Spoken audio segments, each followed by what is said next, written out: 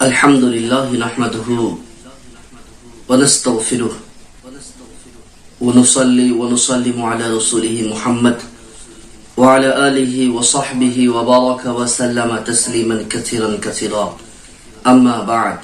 میرے محترم دوستوں اور بزرگوں، میں آج آپ لوگوں کے سامنے جیسا کہ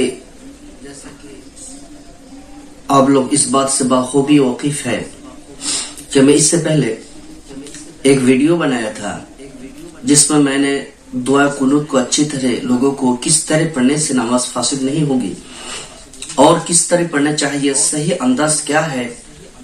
مطلب یہ ہے کہ پڑھنے کا اگر کسی نے میرے اس ویڈیو کو اچھی طرح دیکھ کر یاد کیا، یہ اسی پر مشق کیا، تو شاید اس کو غلطی نہیں آئیں گے.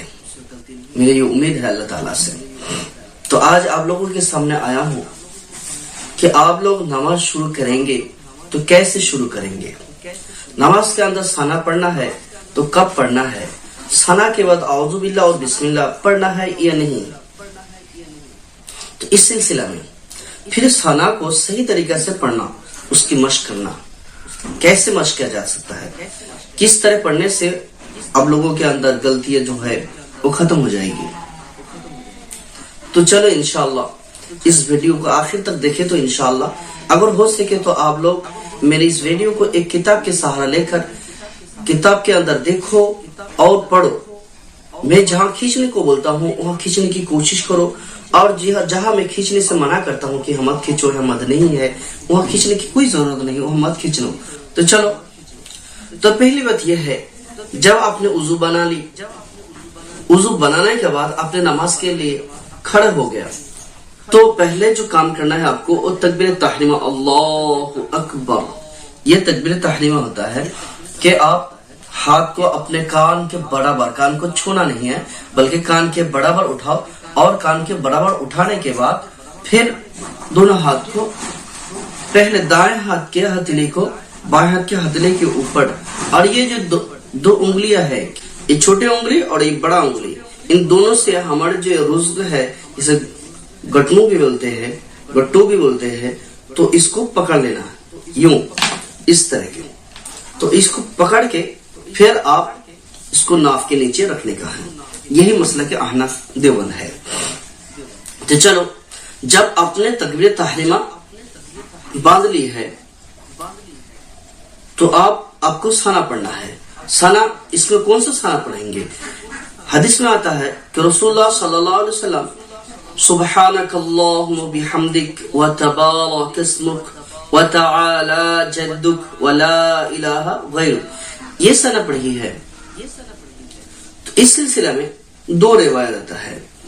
شافی لوگ یہاں پر انی وجہت وجہی للذی فطر السماوات والارض حنیفا وما انا من المشرکین، یہ بھی پڑھ لیتے ہیں. لیکن آج کل کچھ لوگ اور ایک دعا پڑھ لیتے ہیں، اللہم باعد بینی و بین خطایایا کما باعدت بین المشرق والمغرب. یہ جو دعا ہے یہ دعا پڑھتے ہیں، لیکن اس دعا کے بمقابل یہ دعا اچھا ہے کہ سبحانک اللہم بحمدک وتبارک اسمک وتعالی جدک ولا الہ غیرک، یہ دعا پڑھی جائے. لیکن کیوں اچھا ہے یہ میں بعد میں بتاؤں گا آپ لوگوں کو انشاءاللہ. پہلے آپ مشق کیجئے. دیکھو، سبحانک اللہم، یہ سبحا جو ہے، ہا کے اندر ایک کھڑا زبر لکھا ہوا ہے، تو ہا کے اندر کھینچ کے پڑھنا ہے. سبحانک اللہم.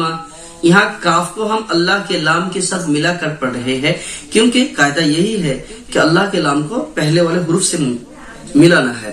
یہاں الف گر جائیں گے، یہ حمزہ وصل کہتے ہیں عربی کے اندر. جب میلان توا وہ حمزہ وصل گر جاتے ہیں، اس لیے کاف کو اللہ کے لام کے ساتھ جوڑ کے پڑھنا ہے.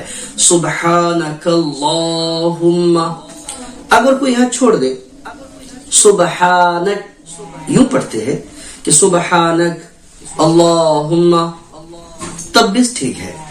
لیکن اگر ملا کے پڑھنا چاہے تو اس صورت میں سبحانک اللہم، تو یہاں کھینچنا دو جگہ پہ ہے. ایک سبحا جو ہا ہے، یہ صبح یہاں ایک الف کھینچنا ہے، پھر کاللہ کاللہ، لا جو ہے یہاں پر کھینچ کے پڑھنا ہے اور لام کو موٹا کر کے پڑھنا. سبحانک اللہم یہ پڑھنے کا ہے. وبحمدک، وبحمدک کے اندر کھینچنا نہیں ہے، یہاں مت کھینچو. سبحانک اللہم وبحمدک وتبارک اسمک، وتبارک اسمک، تبا یہاں پر با الف ہے، با کے ساتھ الف جوڑا ہوا ہے تو یہاں کھینچ کے پڑھنا ہے تبا. اس کے بعد تبارک اسمک، اسمک کے اندر نہیں کھینچنا ہے، کاف کو اللہ کے اسم جو ہے وہاں کسمک پڑھنا، اسم کے ساتھ جوڑ کے پڑھنا. اسم کی جو الف ہے وہ گر جائیں گے، حمزہ وصل اسے کہتے ہیں. وتبارک اسمک. اس کے بعد وتعالی جدک، وتعالی جدک. تو دیکھو عین کے اندر بھی کھینچ کے پڑھنا اور لام جو الف ہے، لام کے اندر کھڑا زبر ہے وہاں بھی کھینچ کے پڑھنے کا ہے. تعالی یہ دو حروف کے اندر کھینچنا ہے. وتعالی جدک، جدک یہاں نہیں کھینچنے کا ہے. تو ایک ساتھ پڑھو وتعالی جدک بس. ولا الہ غیرک، ولا لام کے ساتھ الف جڑا ہوا ہے تو لام کو لام الف یہاں کھینچ کے پڑھنا ہے. ولا الہ الہ الہ، ولا یہاں کھینچنا ہے. پھر اس کے بعد الہ ہے وہاں بھی کھینچنا ہے. ولا الہ، ولا الہ، ولا الہ غیرک. یہاں پر کچھ لوگ ایسے پڑھتے ہیں سبحانک اللہم وبحمدک وتبارک اسمک وتعالی جدک. یہ کاف کے ساتھ جو زبر ملا کے پڑھتے ہیں، اور میں نے جو پڑھا کاف کو ساکن کر کے پڑھا ہے. کیوں؟ اس میں یہ ہے عربی کی جو اصول ہے، اگر کسی حرف پر آپ چھوڑتا ہے، آپ کسی حرف پر ٹھہرنا ہے، روکنا ہے، اس کو وقف کہتے ہیں. اور وقف کے اصول اور قواعد یہی ہے کہ جس حرف پر آپ ٹھہر رہے ہیں، جس حرف پر آپ چھوڑ رہے ہیں، وہ آخری جو حرف ہے اس کو ساکن کر کے پہلے والے حرف کے ساتھ ملا کے پڑھنا. یہ عربی کی اصول ہے. اس لیے سبحانک اللہم وبحمدک، دک جو حمدک جو ہے، یہ حمدک کے جو آخری حروف ہے میں وہاں چھوڑ دیا ہوں، کاف ہے. چھوڑنے کا قانون اور اصول یہی ہے کہ اس کو ساکن کر کے پہلے والے حروف کے ساتھ ملا کے پڑھنے کا ہے. بس یہی اصول ہے.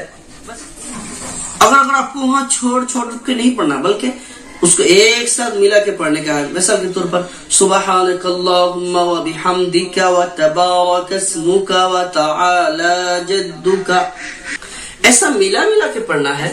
تو آپ کا پڑھ کے جاؤ، کاف الف زبر کا یہ پڑھ کے جاؤ. تو ملاتے وقت کیونکہ ہم وہاں نہیں چھوڑے ہیں، اس لیے اس کو جو حرکت ہے وہاں زبر ہے، زیر اس کو پڑھنے کا ہے.